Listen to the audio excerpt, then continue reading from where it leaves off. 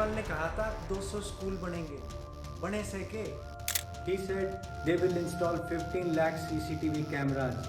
Have they installed? 50 DTC बस आवेंगी, आई से के?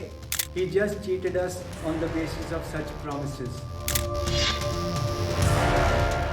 बधाई हो आप सभी को, क्योंकि अभी अभी नागरिकता संशोधन बिल राज्यसभा से भी पास हो गया।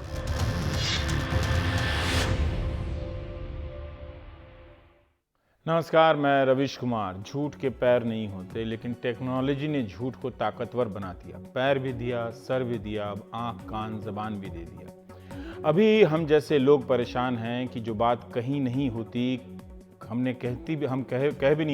कहते भी नहीं हैं, वो भी तस्वीरों के साथ लिखकर वायरल कर दिया जाता है। मीम जिसे नाम से आप जानते हैं। ऑल्ट न्यूज़ जैसी साइट वायरल तस्वीर और वायरल वीडियो के पीछे का झूठ तो पकड़ लेती है, लेकिन वो उन सभी के पास नहीं पहुंच पाता जो वो झूठ पकड़ते हैं, जिनके व्हाट्सएप के इनबॉक्स में झूठ पहुंचा होता है। जैसे इस तस्वीर को बताकर चलाया गया कि यहाँ मैं बैठा हूँ और शाहीन बाग के प्रोटेस्ट में बैठा हूँ।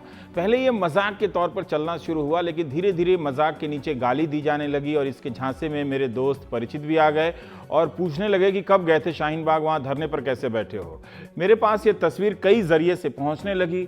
जब मैं अपने फेसबुक पेज पे कुछ भी पोस्ट करता था तो उसके कमेंट में यही तस्वीर पोस्ट की जाती थी और लिखा जाता था कि पहचानो कौन, यानी इशारा कि ये रविश कुमार है। हमने कई ऐसे ट्विटर हैंडल देखे जो एक राजनीतिक धारा के लगते हैं, जिनसे ये तस्वीर शेयर की गई मजाक के तौर पर, रविश कुमार बताकर। बहुत लोग जानते हैं कि फेक है, लेकिन बहुत लोग जिनकी गर्दन इनबॉक्स में धंसी रहती है, बाहर नहीं देख पाते सही है या नहीं है।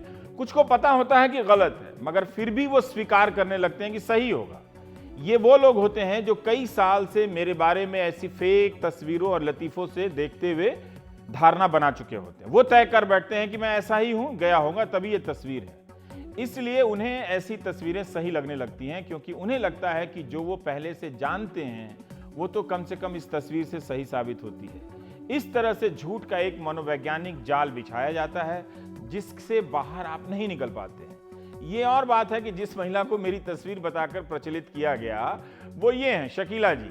बहुत मुश्किल से खोज निकाला गया इन्हें मुन्ने भारती की मदद से। सोचिए, मेरे जैसे मिलते जुलते चेहरे को ढूंढने के लिए कितनी मेहनत की जा रही है ताकि झूठ फैला सके। शाहीन बाग में बैठे एक शख्स की तस्वीरों को स्कैन किया होगा और मुझे वहां बैठा हुआ बताने के लिए इस महिला की तस्वीर का इस्तेमाल किया गया।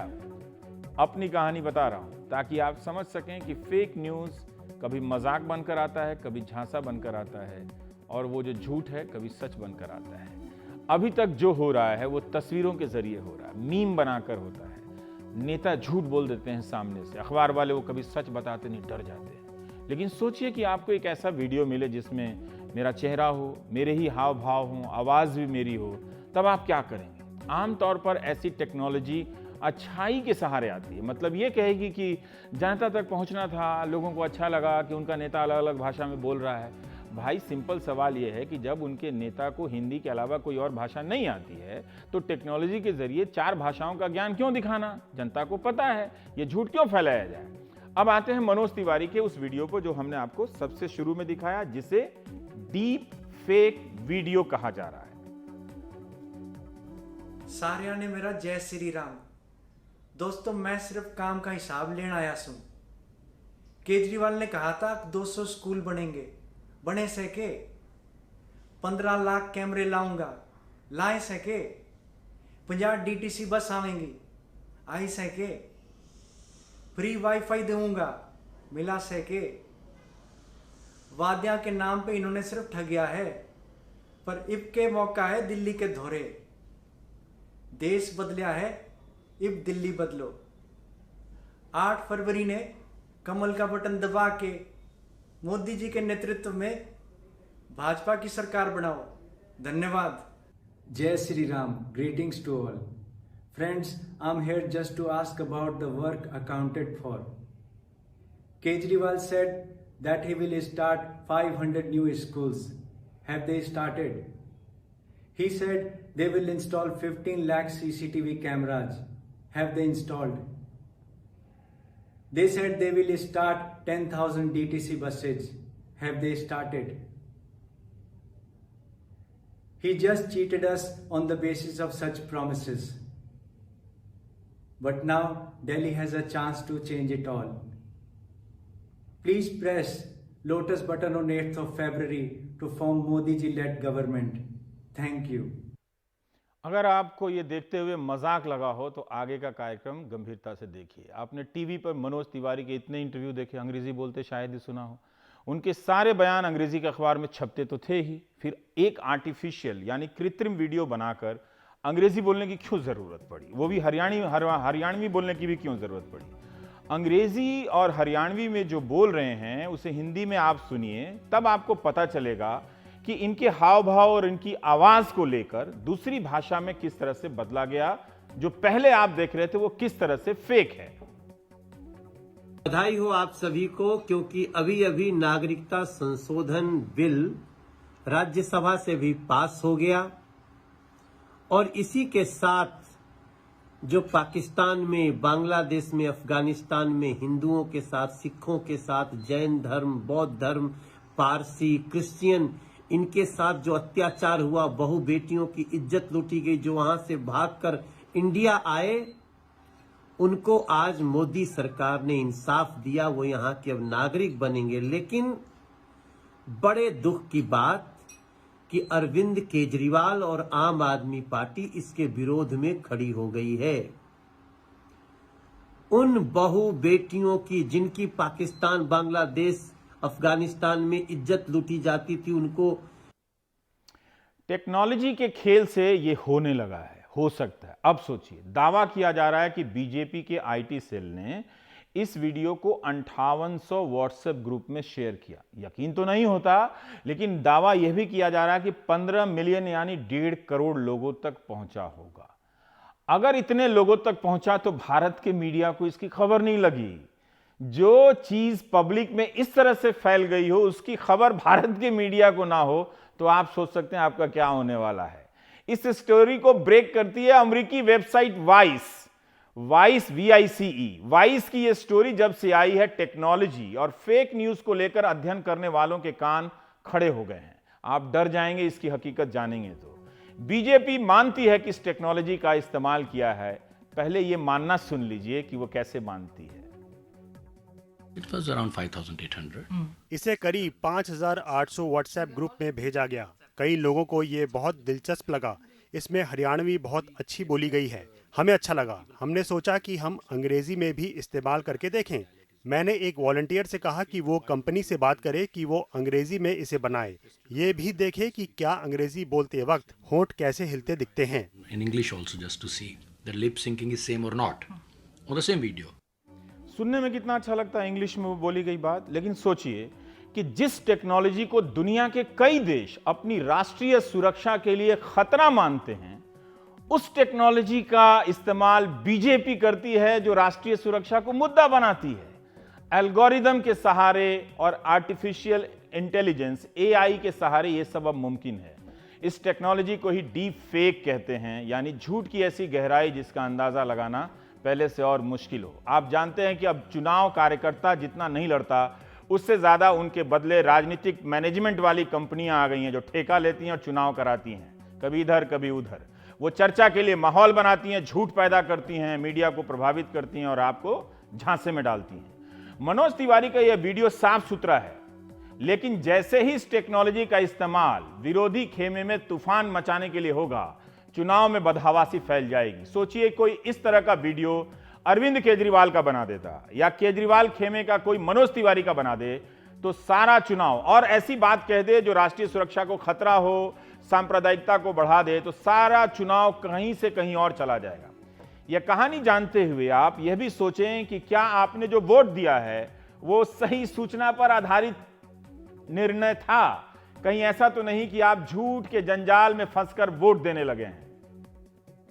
अभी भाजपा ये कह रही है कि ये एक्सपेरिमेंटल है, कि वो लोग ये अडॉप्ट नहीं कर रहे, मगर ये हम लोग एक बहुत डेंजरस दिशा में जा रहे हैं, जहां बेसिकली एक legally registered company miss information बिल्कुल ऐसा वीडियो बना रही है जो बिल्कुल मैन्युफैक्चर्ड हुआ, बिल्कुल it is essentially miss information. तो इसमें इसके 3 पहलू है। एक तो क्या ऐसी ऑर्गेनाइजेशंस को कंटिन्यू करने कि लीगली कैन दे एग्जिस्ट, कि वो लोग ऐसा कंटेंट बनाए जो खाली एक ही एम हो कि लोगों को मिसलीड करे, वोटर्स को मिसलीड करे। दूसरा इशू है पॉलिटिकल पार्टी का, कि जब फर्जी खबर इतना ज्यादा प्रभाव है इंडिया में कि लोगों की जान चली जाती है फर्जी खबरों के लिए, तब कहीं तो उन लोगों को सोचना चाहिए कि बस इससे नीचे और नहीं जाएंगे, यानी इस स्तर से नीचे और नहीं झुकेंगे। वो एक दूसरा पहलू है। और तीसरा पहलू ये है कि जो भी कहे, ऐसी छोटी छोटी ऑर्गेनाइजेशंस बनेंगी जो ये टेक्नोलॉजी का उपयोग करेगी। ये एक ओपन, ये जो भी इन लोगों ने यूज किया है वो एक ओपन टेक्नोलॉजी है, ऐसा नहीं है कि ये कुछ बहुत क्लोज सोर्स टेक्नोलॉजी है। और इसका ये लोग और यूज करेंगे इसका, और रिटेल इन्हें अभी तो कुछ लोग ही कर पा रहे हैं, मगर ये और पॉपुलर होने वाली है और आसान हो जाएगा ये करना। तो जब तक ये हो जाए उसके पहले the government has to take action, कि कोई एजुकेशनल पॉलिसी बनाए मिस इन्फॉर्मेशन के अराउंड, ये कि कोई लीगली रजिस्टर्ड ऑर्गेनाइजेशन ये ना कर सके और पॉलिटिकल पार्टी इसका उपयोग ना कर सके। तो ये सब सारी चीजें बिल्कुल अर्जेंटली करनी है, क्योंकि हम लोग जिस तरफ जा रहे हैं वो एक बहुत डेंजरस दिशा में जा रहे हैं। 2017 में डीप फेक का वीडियो आ गया था। पॉर्न वीडियो बनाने में इसका इस्तेमाल किया जाता है, सेलिब्रिटी के चेहरे लगाकर, उनकी आवाज़ लगाकर। अप्रैल 2018 में अमेरिका के पूर्व राष्ट्रपति ओबामा का एक ऐसा ही वीडियो आया था जिसमें वे ऐसी बातें कह रहे थे जो कभी नहीं बोलते। बज़फीड वेबसाइट और फिल्म निर्देशक, एक्टर, कॉमेडियन जॉर्डन पील ने ओबामा का वीडियो बनाया यह बताने के लिए कि ऐसी टेक्नोलॉजी से सावधान रहने का वक्त आ गया है। अब इस वीडियो में जिसका हम स्क्रीनशॉट दिखा रहे हैं, ओबामा कुछ नहीं कह रहे, उनकी आवाज का इस्तेमाल कर वो बातें उनके चेहरे पर प्लांट की गई, थोप दी गई जो उनके खिलाफ काम आ सकती थी, जो वो कह नहीं सकते थे। बाद में जॉर्डन पील ने सबके सामने आकर बताया कि राष्ट्रपति ओबामा नहीं बोल रहे, यह खतरनाक समय है, हमें पहले से ज्यादा सावधान होने की जरूरत है, हम इंटरनेट पर जो देख रहे हैं उसे लेकर सतर्क रहना होगा। बज़फीड ने लिखा है कि मशीन को 56 घंटे की ट्रेनिंग देने के बाद इसे तैयार किया गया और इस रिपोर्ट में लिखा गया है कि आप किसी की आवाज लेकर ओबामा की आवाज बना सकते हैं, बस आवाज मिलती जुलती हो। पिछले साल अमेरिका की स्पीकर नैन्सी पेलोसी का ही एक डीप फेक वीडियो जारी हुआ जिसमें ऐसा लग रहा था कि वो शराब के नशे में है और बोल नहीं पा रही। यह वीडियो काफी वायरल हो गया था। यह उदाहरण इसलिए बताया जा रहा है कि मनोज तिवारी को पता नहीं है कि उनके सहारे किस खतरनाक चीज का भारत की राजनीति में परीक्षण हुआ है। फेक न्यूज के दौर में एक मुश्किल और है। भारत में भी आपने देखा होगा, मुख्य धारा का मीडिया बहुत कम ऐसे फेक न्यूज की छानबीन करता है, खुद ही फैलाता है तो क्या छानबीन करेगा। Alt news, boom live, fact checker, अलग अलग वेबसाइट संस्थाएं हैं जो ये काम कर रही हैं। फेक न्यूज एक राजनीतिक तंत्र का हिस्सा है। अगर सरकार में रहते हुए कोई पार्टी फेक न्यूज फैलाए, चुनाव आयोग चुप हो जाए, बाकी और एजेंसियां चुप हो जाएं, टेक्नोलॉजी का इस्तेमाल करे, तो उसका पलड़ा भारी हो सकता है। बाहरी सरकारें, बाहरी तत्व भी ये खेल खेल सकते हैं। भारत में चुनाव में ऐसी टेक्नोलॉजी के इस्तेमाल को लेकर अभी साफ कानूनी समझ नहीं दिखती है। चुनाव आयोग पेड न्यूज से ही लड़ता रहा, लेकिन फेक न्यूज आ गया और उसे पता नहीं कि इस तूफान को कैसे रोके। अगर पता होता तो ऑल्ट न्यूज ने बताया कि दिल्ली चुनाव के समय कैसे शाहीन बाग से 8 किलोमीटर दूर वीडियो शूट किया गया और इस वीडियो को बीजेपी के नेता ट्वीट करते हैं, फिर यह ट्वीट टीवी चैनलों पर बहस का मुद्दा बनकर छा जाता है और आपकी चर्चा का हिस्सा बन जाता है कि शाहीन बाग में औरतें पैसे लेकर धरने पर बैठ रही हैं। इस तरह से आप एक झूठ को जीने लगते हैं। हमें नहीं जानकारी कि ऑल्ट न्यूज के पर्दाफाश कर देने के बाद चुनाव आयोग ने क्या कदम उठाए, क्या उसके पास कोई अधिकार है, क्या कोई कानून है। न्यूज चैनल जामिया की लाइब्रेरी की हिंसा के मामले में ही लड़के के हाथ में पत्थर बताकर चलाते रहे, जबकि कोई भी अपनी एडिटिंग टेबल पर स्लो मोशन में देख सकता था फ्रेम दर फ्रेम कि ये पत्थर है या पर्स। बहुत ही आसान काम है ये, लेकिन किसी ने ऐसा नहीं किया। इस तरह न्यूज चैनलों के जरिए ये झूठ करोड़ों दर्शकों तक पहुंचा। जब ऑल्ट न्यूज ने इसका पर्दाफाश किया तो उसे उन चैनलों ने नहीं चलाया जिन्होंने पर्स को पत्थर बताकर चलाया था। तो इस तरह से करोड़ों दर्शकों के दिमाग में यह बात रह गई कि जामिया की लाइब्रेरी में दिखने वाला यह शख्स पत्थर लिए था, जो कि गलत है। यह अपवाद नहीं है, यह हर दूसरे तीसरे दिन होता है। दिल्ली चुनाव से पहले जो फेक वीडियो चला था, अब जामिया को लेकर चला। एक दर्शक की चुनौती है कि वो क्या करे। उसे यही करना होगा कि हर दिन नए सिरे से भरोसा बनाना पड़ेगा, किसी भी चीज को देखते हुए सवाल करना पड़ेगा। अब आपको टीवी देखने और अखबार पढ़ने का तरीका बदल लेना पड़ेगा, क्योंकि इनका मेजर प्रोजेक्ट आपको बेवकूफ बनाना हो गया है। आपको टीवी के एंकर या अखबार के संपादक से ज्यादा मेहनत करनी है, पैसे तो देने ही है देखने के। टेक्नोलॉजी दुनिया के लोकतंत्र के सामने नई चुनौती पेश कर रहा है। अमेरिका में डीप फेक रिपोर्ट एक्ट 2019 का मसौदा पेश किया गया था पिछले साल। यह कानून बना है तो वहां के गृह विभाग को हर साल डीप फेक टेक्नोलॉजी के असर पर रिपोर्ट जारी करनी होगी जब यह पूरा पास हो जाएगा। मीडिया रिपोर्ट के अनुसार डीप फेक वीडियो को पकड़ने के लिए कई तरह के इनाम घोषित किए गए हैं ताकि जनता में जागरूकता आए। अमेरिका के कैलिफोर्निया में पिछले साल अक्टूबर में ही डीप फेक को गैर कानूनी घोषित किया गया है, जो मनोज तिवारी पर आजमाया गया। सोचिए, कैलिफोर्निया के कानून AB 730 में कहा गया है कि चुनाव के 60 दिनों के अंदर कोई भी डीप फेक वीडियो नहीं बना सकता है जिससे किसी राजनीतिक दल के नेता की छवि को नुकसान पहुंचता हो। अगर किसी ने ऐसा किया तो उसके खिलाफ वो नेता वित्तीय मानहानि का केस कर सकता है। एक और कानून है कैलिफोर्निया में AB 602। इसमें कहा गया है कि पॉर्न वीडियो में डीप फेक का इस्तेमाल कर किसी का चेहरा लगाया जाता है तो वह व्यक्ति वीडियो बनाने वाले के खिलाफ मानहानि का मुकदमा कर सकता है। हमने अमेरिका में रहने वाली निशी चौधरी से बात की, जो इंटरनेट कानून की जानकार हैं। निशी बता रही हैं कि अमेरिकी चुनाव में डीप फेक को लेकर किस तरह की हलचल है। जो डीप फेक्स हैं आर्टिफिशियल इंटेलिजेंस की वजह से अब ज्यादा सोफिस्टिकेटेड हो गए हैं। अगर आपने थोड़े टाइम पहले देखा हो, एक वीडियो आया था पिछले साल तो एक्स प्रेसिडेंट बराक ओबामा का। वो सिर्फ इलस्ट्रेट करने के लिए बताया था कि कैसे आप बता भी नहीं सकेंगे कि क्या सच है और क्या झूठ है, क्या वो खुद बोल रहे थे वीडियो में या वो सिर्फ मैनिपुलेटेड था।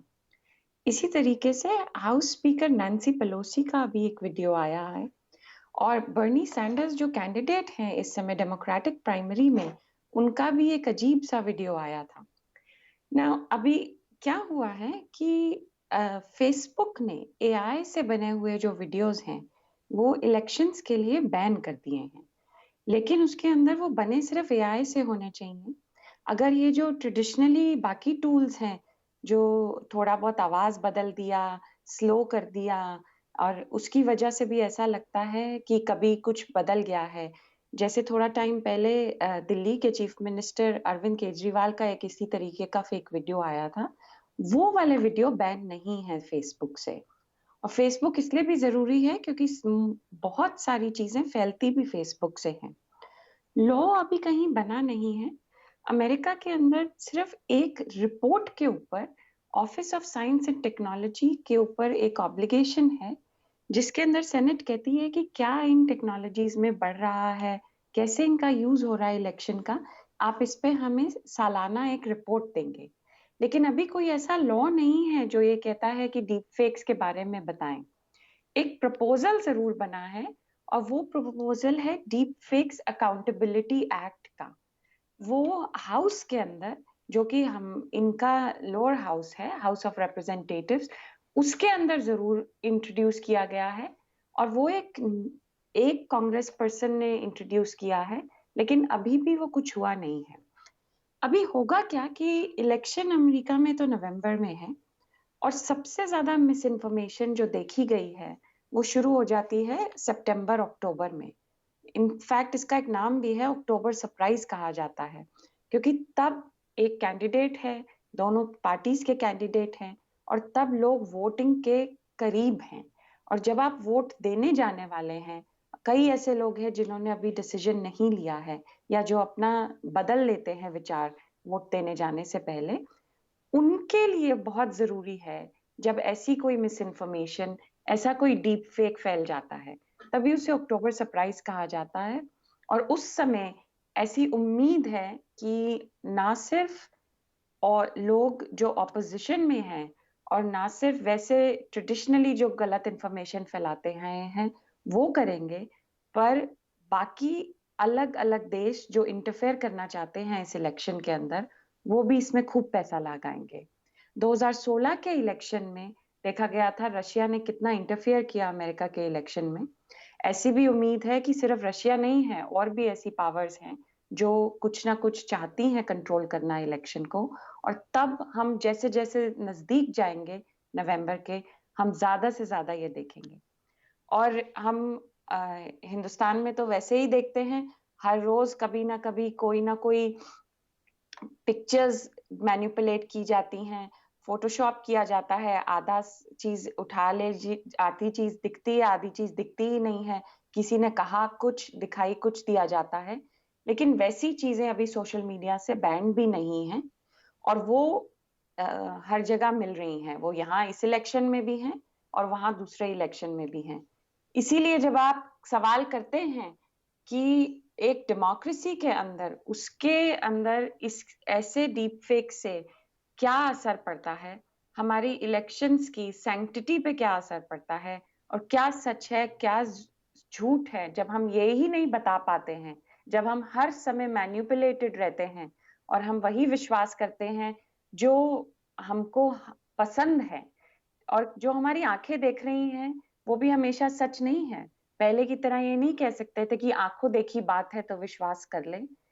तब ये विचार करना जरूरी है, और सब देश यही बात में उलझे हुए हैं कि जब यही नहीं पता कि क्या सच है क्या झूठ है, और सोशल मीडिया वेबसाइट्स इतने मुश्किल है उनसे कोई भी कंटेंट हटवाना, तो फिर क्या लॉज होने चाहिए, क्या इलेक्शन की सैंक्टिटी होनी चाहिए? ये सारी चीजें इस समय सिर्फ डिस्कशंस हो रही हैं, इसके ऊपर सिर्फ विचार हो रहा है, लॉ नहीं है। और अकाउंटेबिलिटी, खासकर प्लेटफॉर्म्स जैसे फेसबुक, ट्विटर, इन सब की अकाउंटेबिलिटी इस समय क्लियर नहीं है। और ये भी होता है जब इन्हें अकाउंटेबल बनाने की कोशिश की जाती है, तो हमारे आला कमान पॉलिटिशियंस की आदत है कि सेंसरशिप करी जाए और वो चीजें रुकवाई जाएं जो लोग बोलना चाहते हैं और सिर्फ उन्हें पसंद है वो ही बोलें। इसलिए हम ये भी नहीं कह सकते कि इन्हीं सोशल मीडिया प्लेटफॉर्म्स को अकाउंटेबल बनाया जाए। सोचिए, राजनीतिक दल झूठ फैलाने की ताकत हासिल कर रहे हैं और मीडिया उनके साथ हो गया है। आप कितने अकेले हो गए, सोचिए जरा सा। चीन में भी 1 जनवरी 2020 से एक कानून लागू हुआ है, जो रिसर्च के दौरान पता चला मीडिया रिपोर्ट से, जिसके तहत जो भी डीप फेक का इस्तेमाल करेगा या अपने प्लेटफॉर्म से शेयर करेगा उसके खिलाफ कार्रवाई होगी। डीप फेक से अराजकता फैल सकती है, राष्ट्रीय सुरक्षा को खतरा पहुंच सकता है, भरोसा लोगों में कम हो सकता है। अमेरिकी चुनाव से पहले अमेरिकी खुफिया विभाग ने एक चेतावनी जारी कर कहा है कि अमेरिकी चुनावों को प्रभावित करने के लिए अमेरिका के विरोधी डीप फेक का इस्तेमाल कर सकते हैं। सोचिए, ये टेक्नोलॉजी किस काम में आ रही है? जनता के खिलाफ और देश की सुरक्षा के खिलाफ, चुनाव को प्रभावित करने के लिए। ये खुफिया विभाग ने कहा। मनोज तिवारी ने सपने में भी नहीं सोचा होगा कि भारत में पहली बार इस खतरनाक टेक्नोलॉजी का इस्तेमाल उनके ऊपर होगा, जिससे दुनिया के कई देश राष्ट्रीय सुरक्षा और लोकतंत्र के लिए खतरा मान रहे हैं। ये किसी ने उन्हें बताया नहीं होगा। सारिया ने मेरा जय श्री राम। दोस्तों, मैं सिर्फ काम का हिसाब लेने आया हूं। केजरीवाल ने कहा था 200 स्कूल बनेंगे, बने से के? He said they will install 15 lakh CCTV cameras. Have they installed? They said they will start 10,000 DTC buses. Have they started? Manoj Tiwari के गांव में भी लोग परेशान हो गए हैं कि कहां से इतनी अंग्रेजी, लेकिन अंग्रेजी आनी चाहिए। पहले नेता अपने हैंडल से फेक न्यूज़ फैलाने के आरोप में विवादों में आए, अब नेता ही फेक न्यूज़ बन गए। सोचिए कितना डरावना है। अब मनोज तिवारी को होने की भी ज़रूरत नहीं है, उनके फेक वीडियो आपसे बातें करेंगे। कुछ दिन में नेताओं का हाल दिवाली के मावे के जैसा हो जाएगा। होता है ना, हिंदी चैनलों पे कवरेज होता है, आप खरीदेंगे मावे की मिठाई मगर खाएंगे नहीं, ये सोचकर ही दिवाली निकल जाएगी कि असली मावा है या नकली मावा है। ये तस्वीर अब असली है, चिन्मयानंद जी की है। हाल ही में बलात्कार के मामले में जमानत से बाहर आए हैं, लेकिन इस तस्वीर में एक कार के शोरूम का उद्घाटन करने के लिए बुलाए गए, इसलिए चिन्मयानंद जी हैं। इनकी तस्वीर के साथ शोरूम ने मैं अखबार में विज्ञापन छपा था, अंग्रेजी में, हिंदी प्रदेश में। आप देख सकते हैं कि इस विज्ञापन में चिन्मयानंद कितने आदरणीय तरीके से प्रतिष्ठित किए गए हैं। उनके साथ होना भी कितने गौरव की बात है। हाँ, आखिर हाई कोर्ट से जमानत जो मिल गई है, उधर पीड़िता भी जमानत पर बाहर है, लेकिन वो अपनी जान के खतरे को लेकर इन्हीं चिन्मयानंद जी से पहुंची है सुप्रीम कोर्ट की बचाइए, जहां 23 फरवरी को इस मामले की सुनवाई होगी। पीड़िता संघर्ष की राह पर है और चिन्मयानंद शोरूम के उद्घाटन के सफर पर। क्या इंडिया है, कमाल का। इस देश में परीक्षाओं को लेकर आंदोलन स्थायी हो चुका है। राजस्थान में देखिए तो एलडीसी परीक्षा वाले दिन रात परेशान हैं। यूपी में जाइए तो 69,000 शिक्षकों की भर्ती शायद बजरंगबली ही अब करा दें और राम जी दोनों मिलकर। बिहार में लाखों नियोजित शिक्षकों का मामला है, जहां मंत्री देख रहे हैं वो लोग सड़क के आगे पीछे जा रहे हैं, कुछ नहीं हो रहा। और उत्तराखंड में फॉरेस्ट गार्ड की परीक्षा में कुछ घपला हुआ है, उसको लेकर आंदोलित हैं छात्र। अनगिनत आंदोलनों के बाद भी इनकी समस्या का कहीं समाधान नहीं है। सुप्रीम कोर्ट को इन छात्रों के आंदोलन के लिए वार्ताकार नियुक्त करना चाहिए। मध्य प्रदेश से अनुराग द्वारी की रिपोर्ट देखिए। 15-20 साल से अतिथि विद्वान पढ़ा रहे हैं। हम जब से ये कवरेज कर रहे हैं, एक सरकार जाकर दूसरी सरकार आ गई, लेकिन इनका समाधान नहीं हुआ। घूम घूम कर अतिथि विद्वान मुख्यमंत्री को खोज रहे हैं, उनके क्षेत्र में भी जा रहे हैं, लेकिन इसका समाधान नहीं हो रहा है। अतिथि विद्वानों को रोस्टर के अनुसार नियमित करने की हम नीति बनाएंगे।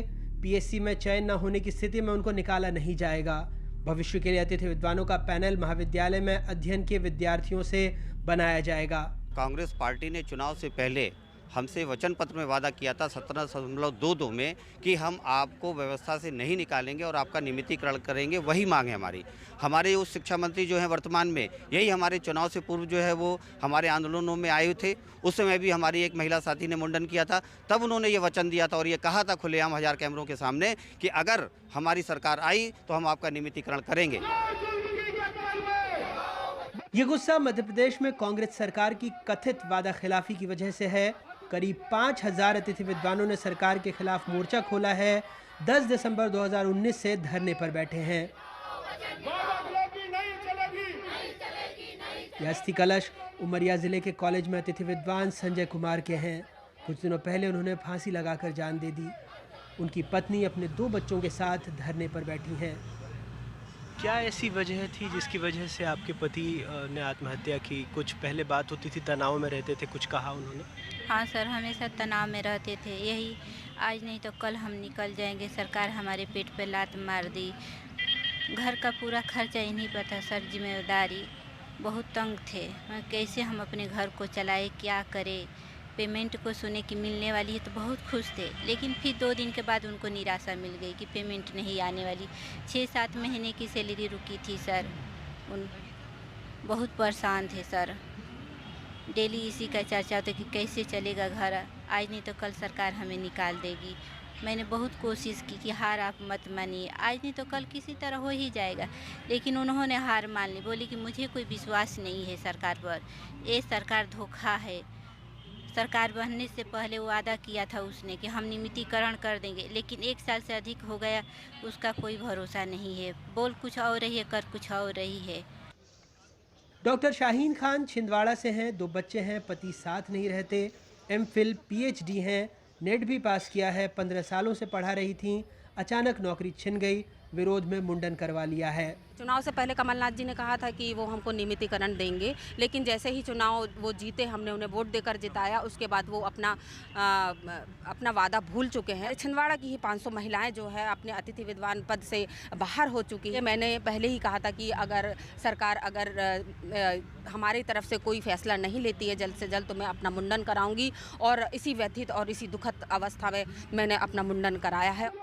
भोपाल के शाहजहानी पार्क में डटे इन अतिथि विद्वानों की बस एक ही फिक्र है, रोजी रोटी कैसे बचाएं, घर कैसे चलाएं। कहते हैं नियमितीकरण होना तो दूर, पिछले कुछ दिनों से उन्हें सेवा समाप्ति के नोटिस मिलने लगे हैं। इतने साथी हमारे बाहर हैं, आज फॉलन आउट करके हम लोग को 20-25 वर्षों से काम कर रहे थे, उनको बाहर कर दिया। उनको शीघ्र अंदर लाइए और यथावत करने का एक शीघ्र आदेश जारी करिए और नियमितीकरण करिए हम लोगों का। 3 महीने से हम यहाँ फर्दी बरसात हर तरीके से कैसे करके हमारी महिला अतिथि विद्वानों निकालिए। 3 हमारे अतिथि विद्वान साथी भगवान को प्यारे हो गए। 2 हमारे अतिथि विद्वान साथियों के बच्चे एक्सपायर हो गए आर्थिक तंगी की वजह से। वही हमें पैसा जो परसों मिला है, वही अगर हमारा 10 दिन पहले मिल जाता तो हमारा साथी आज जिंदा होता। संजय सिंह जी जो आर्थिक तंगी की वजह से, आपके अधिकारियों की, उच्च शिक्षा विभाग के अधिकारियों की हठ धर्मता के कारण हमारा जो संजय साथी जो एक्सपायर हुआ है, आपकी जो कांग्रेस सरकार, आपके उच्च शिक्षा विभाग के अधिकारी दोषी हैं। ग्वालियर से आई इन 2 बहनों के भरोसे तो 5 लोगों का परिवार है। 5 साल से बतौर अतिथि विद्वान पढ़ा रही थीं, अब आंखों में आंसू और दिल में गुस्सा है। मेरी ये छोटी बहन है जो विकलांग है, हम लोग पूरी 2 बहनें विकलांग हैं और हमारे घर में कोई कमाने वाला नहीं, सिर्फ मैं अकेली कमाने वाली। आज मैंने हमसे वादा कर गए, हमने उसको वोट दिया, सरकार दूसरों से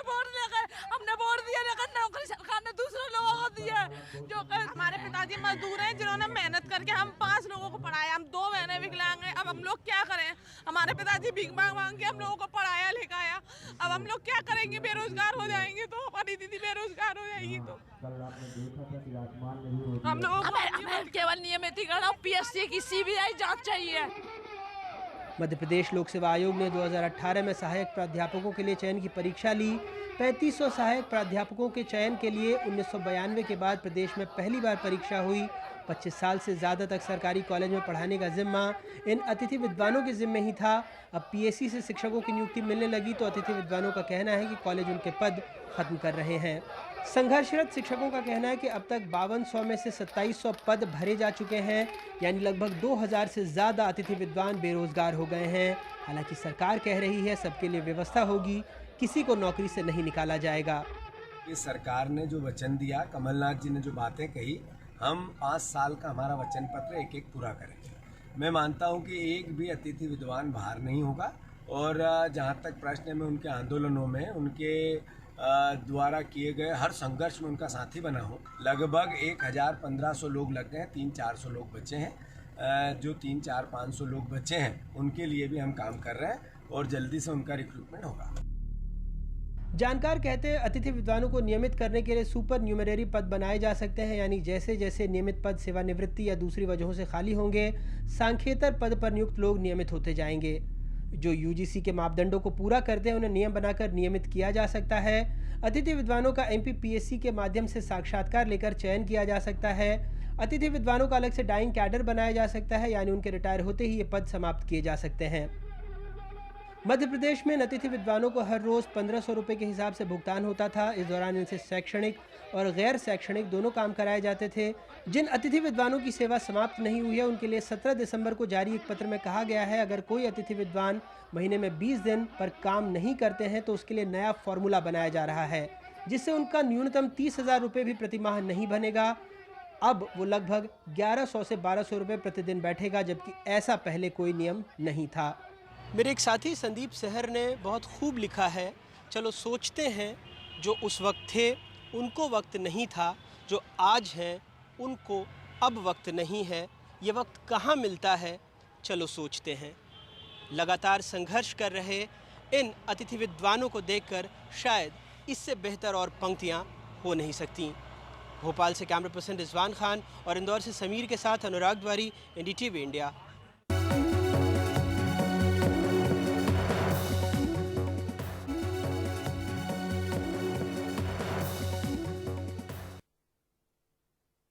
चौबीस फरवरी को भारत दौरे पर आ रहे अमेरिकी राष्ट्रपति डोनाल्ड ट्रंप जिस समय दिल्ली में भारत सरकार के साथ कार्यक्रमों में व्यस्त होंगे, उसी समय उनकी पत्नी मेलानिया ट्रंप दिल्ली सरकार के एक स्कूल में हैप्पीनेस करिकुलम का जायजा ले रही होंगी। दिल्ली सरकार उनके स्वागत के लिए तैयार है। दिल्ली के सरकारी स्कूलों में चल रही ये हैप्पीनेस क्लास आखिर क्या है, जिसे जानने की दिलचस्पी मेलानिया ट्रंप को है, हमारे सहयोगी शरद शर्मा बता रहे हैं। 3 बार गहरी लंबी सांस लीजिए। मेडिटेशन यानी ध्यान करते चौथी क्लास के बच्चे। दिल्ली के सरकारी स्कूल में चल रहा ये ध्यान दिल्ली सरकार के हैप्पीनेस करिकुलम का हिस्सा है। इसके तहत बच्चों को मेडिटेशन कराकर, कहानी सुनाकर और अलग अलग एक्टिविटीज से तनाव मुक्त बनाया जाता है। उनकी एकाग्रता को बढ़ाया जाता है और उनमें बदलाव लाया जाता है। जब से मतलब चलने लग गया हैप्पीनेस, तब से हमें करवाया है। उसके बाद मेरी मतलब जैसे एक भी गलती नहीं निकलती कॉपी में। अच्छा, जो आप ब्लैक बोर्ड पे देखकर और कॉपी में लिखते थे उसमें गलतियां निकलती थी? यस सर, फिर नहीं निकलने लग गए जब से हैप्पीनेस हुआ। पहले बच्चे ना गार्ड अंकल को नमस्ते नहीं करते, जब से ये हैप्पीनेस स्टार्ट हुआ है तब से गार्ड अंकल को सारे बच्चे नमस्ते करके आते हैं। अमेरिकी राष्ट्रपति डोनाल्ड ट्रंप की पत्नी मेलानिया ट्रंप मंगलवार 25 फरवरी को दक्षिण दिल्ली के एक सरकारी स्कूल में करीब 1 घंटा हैप्पीनेस क्लास का जायजा लेंगी। खुद मुख्यमंत्री अरविंद केजरीवाल और उप मुख्यमंत्री मनीष सिसोदिया उनका स्वागत करेंगे। इस खबर से सरकारी स्कूल के बच्चे उत्साहित हैं।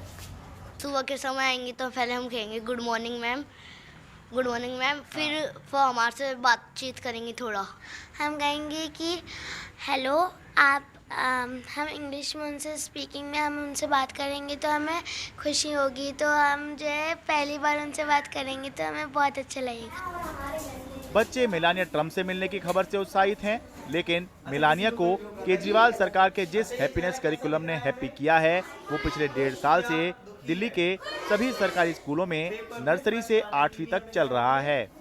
स्कूल शुरू होते ही 40 मिनट का पहला पीरियड हैप्पीनेस क्लास का होता है। इसकी कोई परीक्षा नहीं होती, इसलिए बच्चे किसी तरह के दबाव में भी नहीं होते।